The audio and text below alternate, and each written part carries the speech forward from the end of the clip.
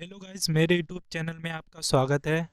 आज हम दोस्तों पढ़ने वाले हैं मध्यकालीन भारत, जो कि हमारा पार्ट 2 होगा वीडियो का। और इसमें हम पढ़ने वाले हैं मुगल काल के बारे में। और जो मुगल काल में इम्पोर्टेंट क्वेश्चन हैं उनके बारे में हम डिस्कशन करने वाले हैं। आइए दोस्तों शुरू करते हैं। दोस्तों, जो हमारा मुगल काल था वो उसका टाइम पीरियड क्या था? 1526 से 1707 तक। और इसमें हम देखने वाले हैं जब लोदी वंश के अंतिम शासक, जो हमारा लोदी वंश था उसका अंतिम शासक था इब्राहिम लोदी। जो इब्राहिम लोदी था हमारा, इब्राहिम लोदी ने भारत देश के अंदर उत्पात मचा कर रखा था। जो लोदी वंश का अंतिम शासक था इब्राहिम लोदी, उसने भारत के अंदर उत्पात मचा दिया था, तहलका मचा दिया था। और बहुत ज़्यादा उसने मतलब लूटपाट भी की, और बहुत ज़्यादा उसने हत्याएं भी की, और कई योद्धाओं को भी लड़ा इब्राहिम लोदी ने। आगे देख लेते हैं। नेक्स्ट पॉइंट है हमारा, तब मेवाड़ के शासक राणा सांगा ने, जो मेवाड़ के हमारे शासक थे राणा सांगा ने, अफगिन अफगानिस्तान के सरदार बाबर को भारत बुलाया। राणा सांगा ने क्या है, अफगानिस्तान के जो सरदार था बाबर को भारत में बुलाया। और भारत पहुंचकर बाबर ने 1526 में पानीपत के प्रथम युद्ध में इब्राहिम लोदी को हराकर मुगल साम्राज्य की स्थापना कर दी। दोस्तों, क्या होता है, जो हमारे मेवाड़ के शासक हैं राणा सांगा जी, वो अफगानिस्तान के सरदार बाबर को भारत में आने के लिए कहते हैं।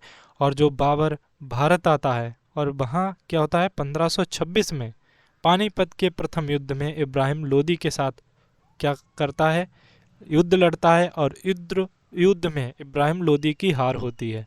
और हार होने के बाद मुगल साम्राज्य की स्थापना करता है। बाबर के द्वारा भारत में मुगल साम्राज्य की स्थापना होती है।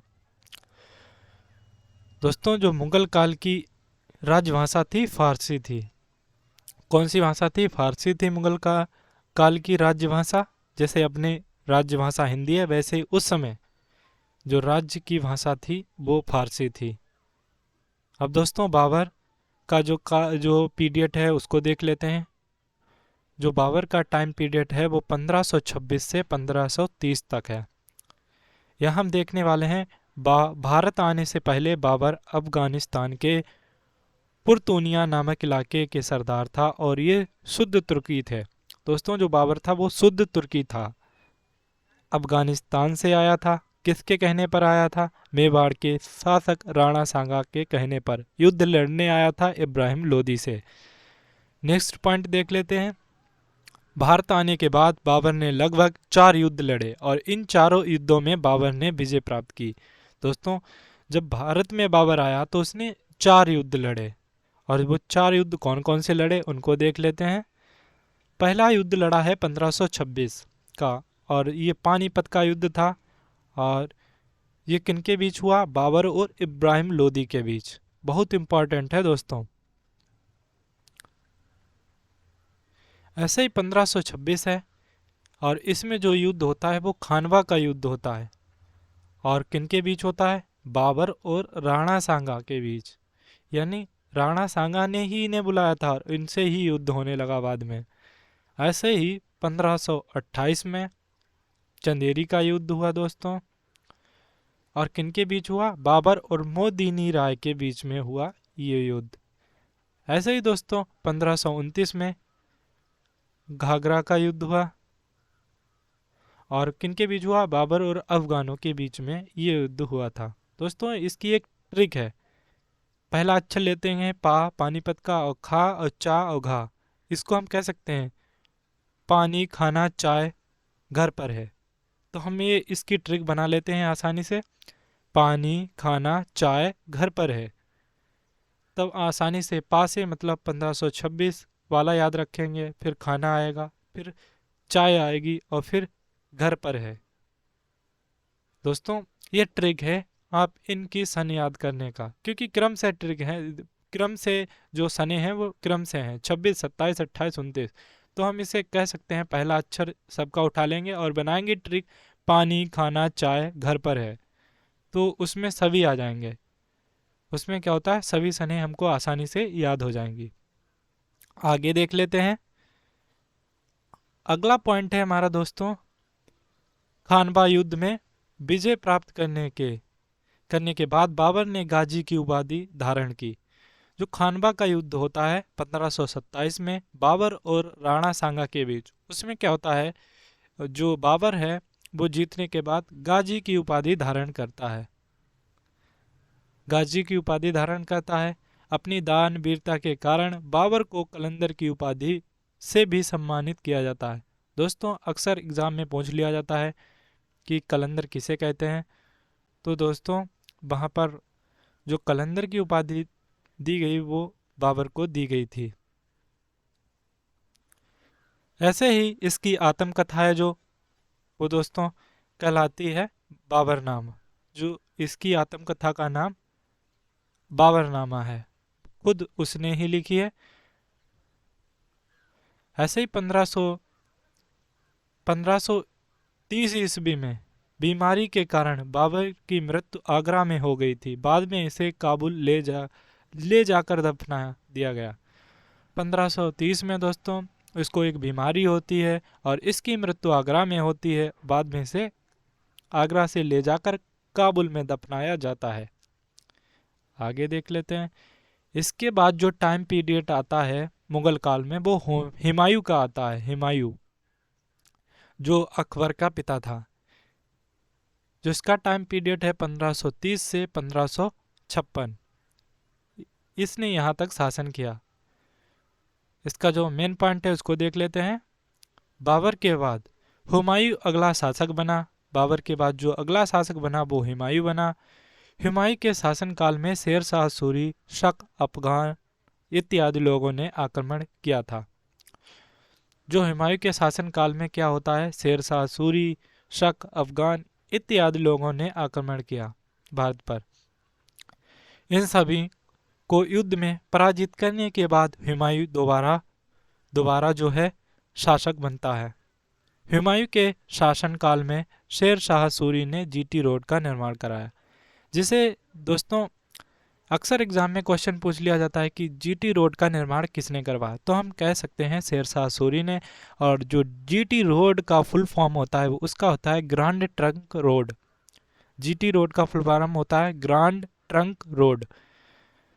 और इसकी जो स्थापना करवाई थी, इसका निर्माण जो करवाया था वो शेर शाह सूरी ने करवाया था। ये रोड कोलकाता से अफगानिस्तान से पेशावर के लिए जाती है।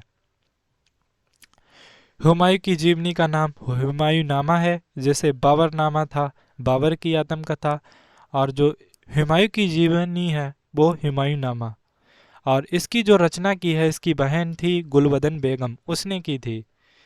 जो हुमायूं नामा की जो रचना की है वो गुलबदन बेगम ने, इनकी जो बहन थी हुमायूं जी की, वो उसने इनका जो जीवनी लिखा उसका नाम रखा हुमायूं नामा। हुमायूं नामा है दोस्तों, या नहीं है, यहाँ पर मिस्टेक हो गई है। ऐसे ही 1556 ईस्वी में, जो 1556 ईस्वी में हुमायूं की मृत्यु शेर मंडल नामक पुस्तकालय की सीढ़ियों से गिरने से हो जाती है। दोस्तों जी आप फोटो में देख रहे होंगे, ये दोस्तों जो फोटो में आप देख रहे हैं ये है शेर मंडल नामक पुस्तकालय। ये पुस्तकालय है जहाँ से क्या होता है, हुमायूं पुस्तक पढ़ने जाता था। और एक दिन क्या होता है कि सीढ़ियों पर चढ़ रहा था हुमायूं, तभी उसका पैर फिसल गया और वो गिर पड़ा। लुढ़कते लुढ़कते उसकी मृत्यु हो गई दोस्तों हुमायूं की। आगे देख लेते हैं। इसके बाद इसका पुत्र अकबर मुगल काल का अगला शासक बनता है। दोस्तों जो हुमायूं के बाद जो शासक अगला बनता है वो उसका पुत्र होता है, जिसका नाम अकबर था। और ये अकबर था मुगल काल का सबसे प्रसिद्ध राजा, और इसे अकबर महान के नाम से भी जानते हैं। दोस्तों आगे देख लेते हैं। दोस्तों आगे टाइम पीरियड आता है अकबर का। इसका जो शासनकाल था वो 1556 से 1605 था। इसमें हम देखने वाले हैं अकबर का जो जन्म होता है वो 1542 में अमरकोट पाकिस्तान में होता है। जो अमरकोट है वो वर्तमान में पाकिस्तान में है। अकबर ने कम उम्र में ही पानीपत के द्वितीय युद्ध 1556, दोस्तों पानीपत का 1556 का युद्ध होता है, उसमें सिकंदर सूरी के सेनापति हेमू को युद्ध में परास्त किया था। उसने क्या है, बड़ा छोटी ही उम्र में अकबर क्या होता है, एक योद्धा बन जाता है, जाबाज योद्धा बन जाता है। वो पहला युद्ध लड़ता है 1556 का, पानीपत का द्वितीय युद्ध होता है जो, और वो हेमू का जो सेनापति होता है सिकंदर सूरी के साथ, सिकंदर सूरी का जो सेनापति हेमू होता है उसके साथ युद्ध लड़ता है और सिकंदर सूरी के सेनापति को हरा देता है। देखिए दोस्तों, कितनी छोटी उम्र से अकबर ने युद्ध लड़ना प्रारंभ कर दिया था और उसने युद्ध जीत भी लिया। इसे कहते हैं डेडिकेशन और फोकस। दोस्तों इसीलिए इसे अकबर महान कहा जाता है। इसने बहुत छोटी उम्र से ही संघर्ष करना प्रारंभ कर दिया था और एक आगे चलकर एक बहुत ही बड़ा योद्धा और शासक बना। दोस्तों यहाँ पर हम किसी भी जात विशेष या किसी समुदाय की तारीफ नहीं कर रहे हैं, बल्कि हम जो जाबाज लोग होते हैं, जिनकी प्रतिभा होती है, उसकी तारीफ कर रहे हैं। ऐसे ही हम देखने वाले हैं अकबर का शासनकाल हिंदी साहित्य का स्वर्ण काल कहलाता है। जो अकबर का काल है वो हिंदी साहित्य का स्वर्ण काल कहलाता है, क्योंकि अकबर के काल में हिंदी साहित्य का महत्वपूर्ण बहुत ज़्यादा ही अच्छा विकास हुआ, इसलिए उसे स्वर्ण काल के नाम से जाना जाता है। अकबर ने 1582 में दीन ए इलाही की स्थापना की, जिसे जो दीन ए इलाही नामक धर्म की स्थापना की, और इसके जो पहले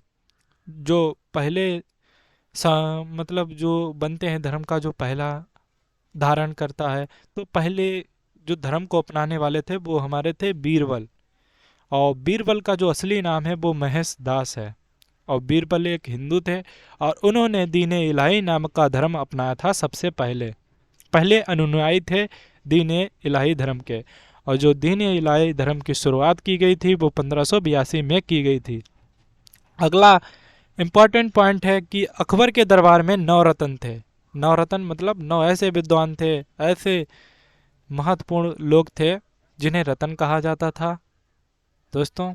और उनमें से थे एक हमारे बीरबल, जो कि हिंदू थे, धर्म से हिंदू थे, और इन्होंने बाद में दीन ए इलाही धर्म अपना लिया था और पहले अनुयायी थे।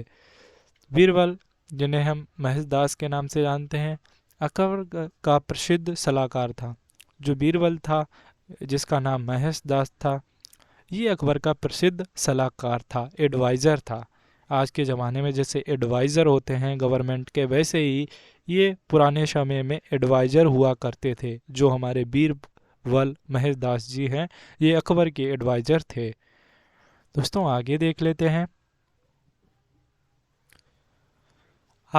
लेते हैं जो हमारा अकबर था उसके दरबार में 9 रत्न थे। उनमें से एक थे तानसेन, एक प्रसिद्ध संगीतज्ञ था। जो तानसेन था वो एक प्रसिद्ध संगीतज्ञ था।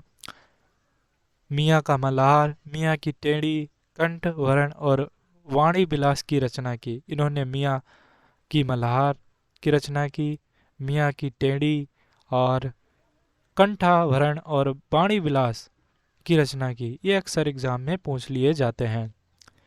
इसका मकबरा जो ग्वालियर में स्थित था। दोस्तों जो तानसेन है वो कहाँ से बिलोंगिंग करता था, वो ग्वालियर से संबंध रखता था और ग्वालियर में उसका जन्म हुआ था, इसीलिए इसका मकबरा भी कहाँ बनेगा, ग्वालियर में। ऐसे ही अकबर ने गुजरात विजय पर बुलंद दरवाजे का निर्माण करवाया। जो अकबर था उसने क्या किया, गुजरात पर विजय की और उसके विजय के उपरांत बुलंद दरवाजे का निर्माण करवाया। दोस्तों ये रहा हमारा बुलंद दरवाज़ा। और किसके विजय के उपरांत, गुजरात विजय के उपरांत उसने इसकी स्थापना करवाई थी, इसका निर्माण करवाया था। दोस्तों जो आगे का टाइम पीरियड आता है वो आता है हमारा सलीम जहांगीर का, और उसने शासन किया 1605 से 1627 तक। इसके बारे में देख लेते हैं। ये आप जो इमेज देख रहे हैं वो है सलीम की। सलीम के बारे में देख लेते हैं। अकबर ने अपने पुत्र का नाम प्रसिद्ध सूफी संत शेख सलीम चिश्ती के नाम पर सलीम रखा। दोस्तों जो अकबर था उसका वो सूफी संत शेख सलीम चिश्ती का शिष्य था, और इसीलिए उसने क्या काम किया, जो अपने पुत्र का नाम रखा वो उन्हीं सूफी संत के नाम पर रखा था, सलीम। यहाँ पर अपने पुत्र का नाम जो सलीम का बचपन जो जहांगीर था उसके बचपन का नाम है सलीम। आगे देख लेते हैं। दोस्तों पूरे मुगल में इसे न्याय देवता के नाम से जाना जाता है। जो सलीम था हमारा जहांगीर, इसे न्याय का देवता के नाम से जाना जाता है। इसे न्याय के देवता के नाम से जाना जाता है दोस्तों सलीम को। ऐसे ही हमारा 1611 ईस्वी में इसे जलंधर के शासन में पराजित करके उत्तर पूर्वी क्षेत्र पर कब्जा कर लिया। दोस्तों जो जहांगीर था इसके दरबार में एक जंजीर लगी हुआ करती थी, जहां से क्या होता है कोई भी व्यक्ति अपनी फरियाद कर सकता था राजा से। वो जंजीर खटकाने से उसका जो संदेश है वो जहांगीर तक पहुंच जाता था, और उसे तुरंत ही उसे बुलाया जाता था राज दरबार में, और उसको न्याय मिल जाता था जो उस जंजीर के द्वारा। उस जंजीर को क्या होता हिलाना ही होता था, और हिलाने के बाद जो मैसेज उसका जाता था वो सीधे राजा के पास जाता था, और राजा उस व्यक्ति को बुलाकर उसे न्याय दिलवाता था। इसीलिए इसे न्याय देवता कहा जाता है। ऐसे ही हम देखने वाले हैं इसके शासनकाल में 1619 ईस्वी में 1619 ईस्वी में दोस्तों कलर चेंज कर लेते हैं।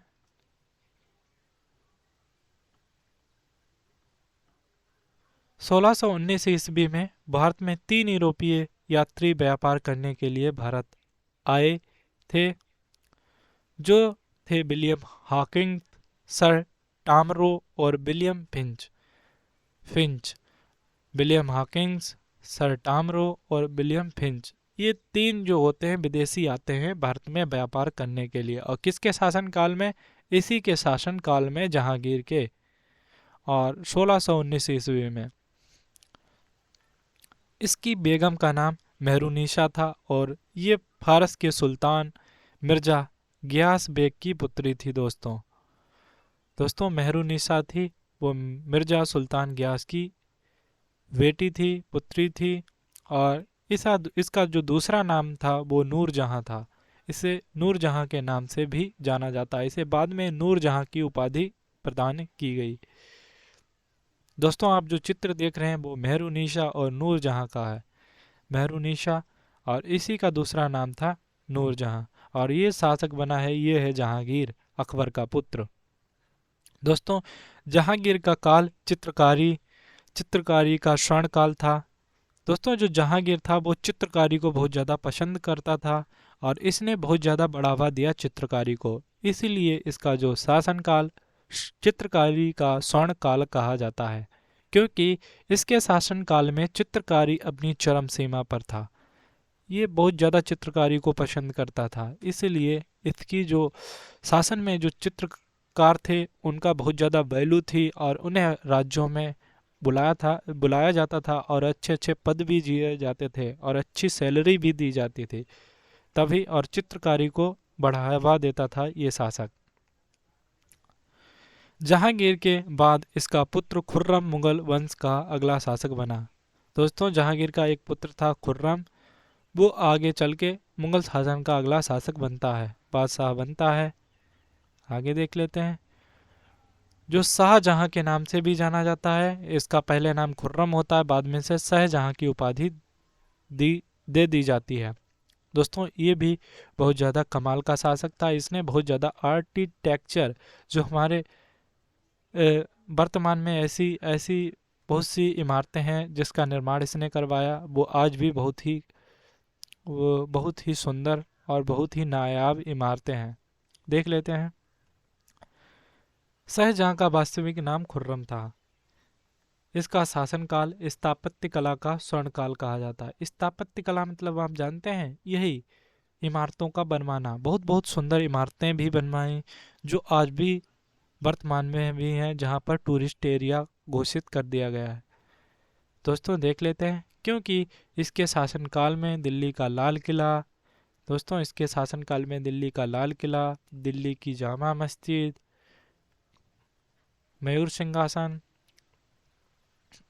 आगरा का ताजमहल इत्यादि का निर्माण इसने ही करवाया था। दोस्तों दोस्तों जो दिल्ली का लाल किला है, दिल्ली की जामा मस्जिद है, मयूर सिंहासन है, आगरा का ताजमहल है, सब इसी ने बनवाया था। बहुत ही सुंदर तरीके से इसने बनवाया, और इसके जो शासनकाल में स्थापत्य कला का जो दर्जा था वो सर्वोच्च था। जैसे जहांगीर ने अपने शासनकाल में चित्रकला को उच्चतम रखा, वैसे ही इसने भी स्थापत्य कला को सबसे ऊपर रखा, और इसीलिए इसका जो काल है स्थापत्य कला का काल स्वर्ण युग कहलाता है। इसका मयूर सिंहासन पर सबसे पहली बार शाहजहां और अंतिम बार महमूद शाह रंगीला बैठा था, क्योंकि इसके शासनकाल में फारस के लुटेरा नादिर शाह ने मयूर सिंहासन को लूट कर फारस ले गया। दोस्तों इसका जो मयूर सिंहासन था बहुत ही सुंदर था, और इसमें हीरे जवाहरात जड़े हुआ करते थे, और इस पे जो सबसे पहली बार बैठा वो शाहजहां बैठा था, और अंतिम शासक शाह रंगीला बैठा था। और इसके बाद इसे फारस का एक शासक नादिर शाह आता है और इस मयूर सिंहासन को लूटकर फारस ले जाता है। आगे देख लेते हैं।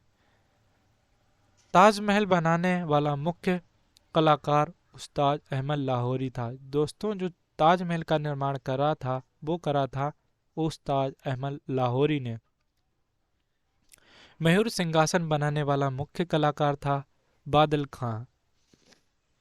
जो जो मयूर सिंहासन को बनाने वाला मुख्य कलाकार था वो था बादल खां। दोस्तों और मयूर सिंहासन बहुत ही सुंदर बना हुआ था, और उसमें हीरे जवाहरात लगे हुआ करते थे।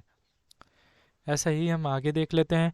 शाहजहां की बेगम का नाम अर्जुंदा बानो बेगम था और मुमताज के नाम से जानी जाती थी। दोस्तों जो शाहजहां की बेगम थी इसका वास्तविक नाम अर्जुना बानो बेगम था, अर्जुंदा मानो बेगम था, और इसका दूसरा नाम उपाधि दी गई थी मुमताज महल। दोस्तों यही कहते हैं कि उसने अपने मोहब्बत में ताजमहल का निर्माण करवाया था। वो बहुत ज़्यादा प्रेम करता था मुमताज महल से। शाहजहां के 7 संतानें थीं, और इन्हीं संतानों में सबसे प्रिय संतान दारा शिकोहा और औरंगजेब था। दोस्तों जो शाहजहां की संतानें थीं वो 7 थीं, और उन्हीं में से थे एक था दारा शिकोहा और दूसरा था औरंगजेब, और इन्हीं से सबसे ज़्यादा प्रेम भी करता था जो शाहजहां।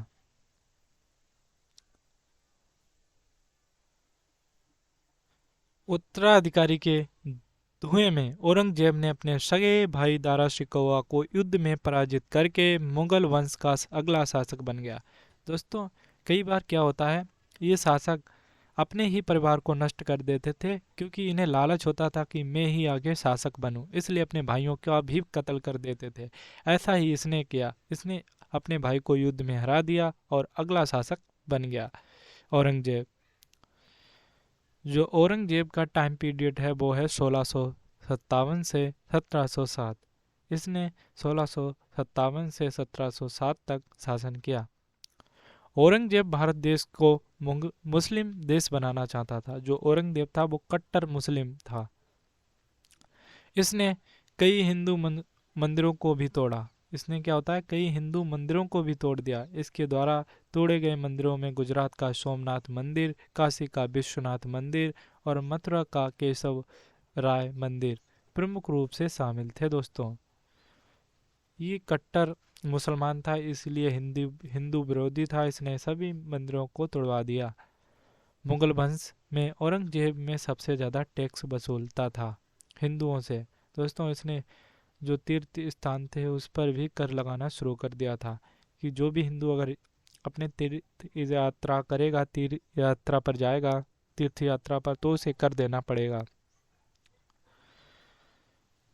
औरंगजेब के बाद बहादुर शाह, जफर शाह, मोहम्मद शाह रंगीला आलमगीर अकबर द्वितीय, शाह आलम बहादुर शाह द्वितीय अगले मुस्लिम शासक हुए। मुगल वंश का अंतिम शासक बहादुर शाह जफर था। दोस्तों औरंगजेब के जो गुरु का नाम था वो था मोहम्मद हाकिम था। औरंगजेब संगीत प्रेमी होने के कारण बीड़ा बजाता था। दोस्तों जो बीड़ा बजाता था वो औरंगजेब बजाता था, उसे बीड़ा बजाना बहुत अच्छा लगता था। औरंगजेब के लोग जिंदा पीर भी कहकर बुलाते थे उसे, जिंदा पीर, यानी उसे पीर का मतलब होता है भगवान होता होगा, और इसे जिंदा पीर के नाम से भी लोग बुलाते थे जो मुस्लिम लोग थे। मुगल सेना में इसके शासनकाल में सबसे ज़्यादा हिंदू थे। दोस्तों ये पूरा होती है हमारी सीरीज मुगल काल की पूरी, और मुझे आशा है कि आप लोगों को ये वीडियो बहुत अच्छी लगी होगी। ऐसे वीडियो आगे भी आपके लिए बेहतरीन लाते रहेंगे। ऐसे ही हमारा सपोर्ट करते रहिए। मेरे चैनल को सब्सक्राइब करिए, वीडियो को शेयर करिए और लाइक करना ना भूलें। जय हिंद, जय भारत।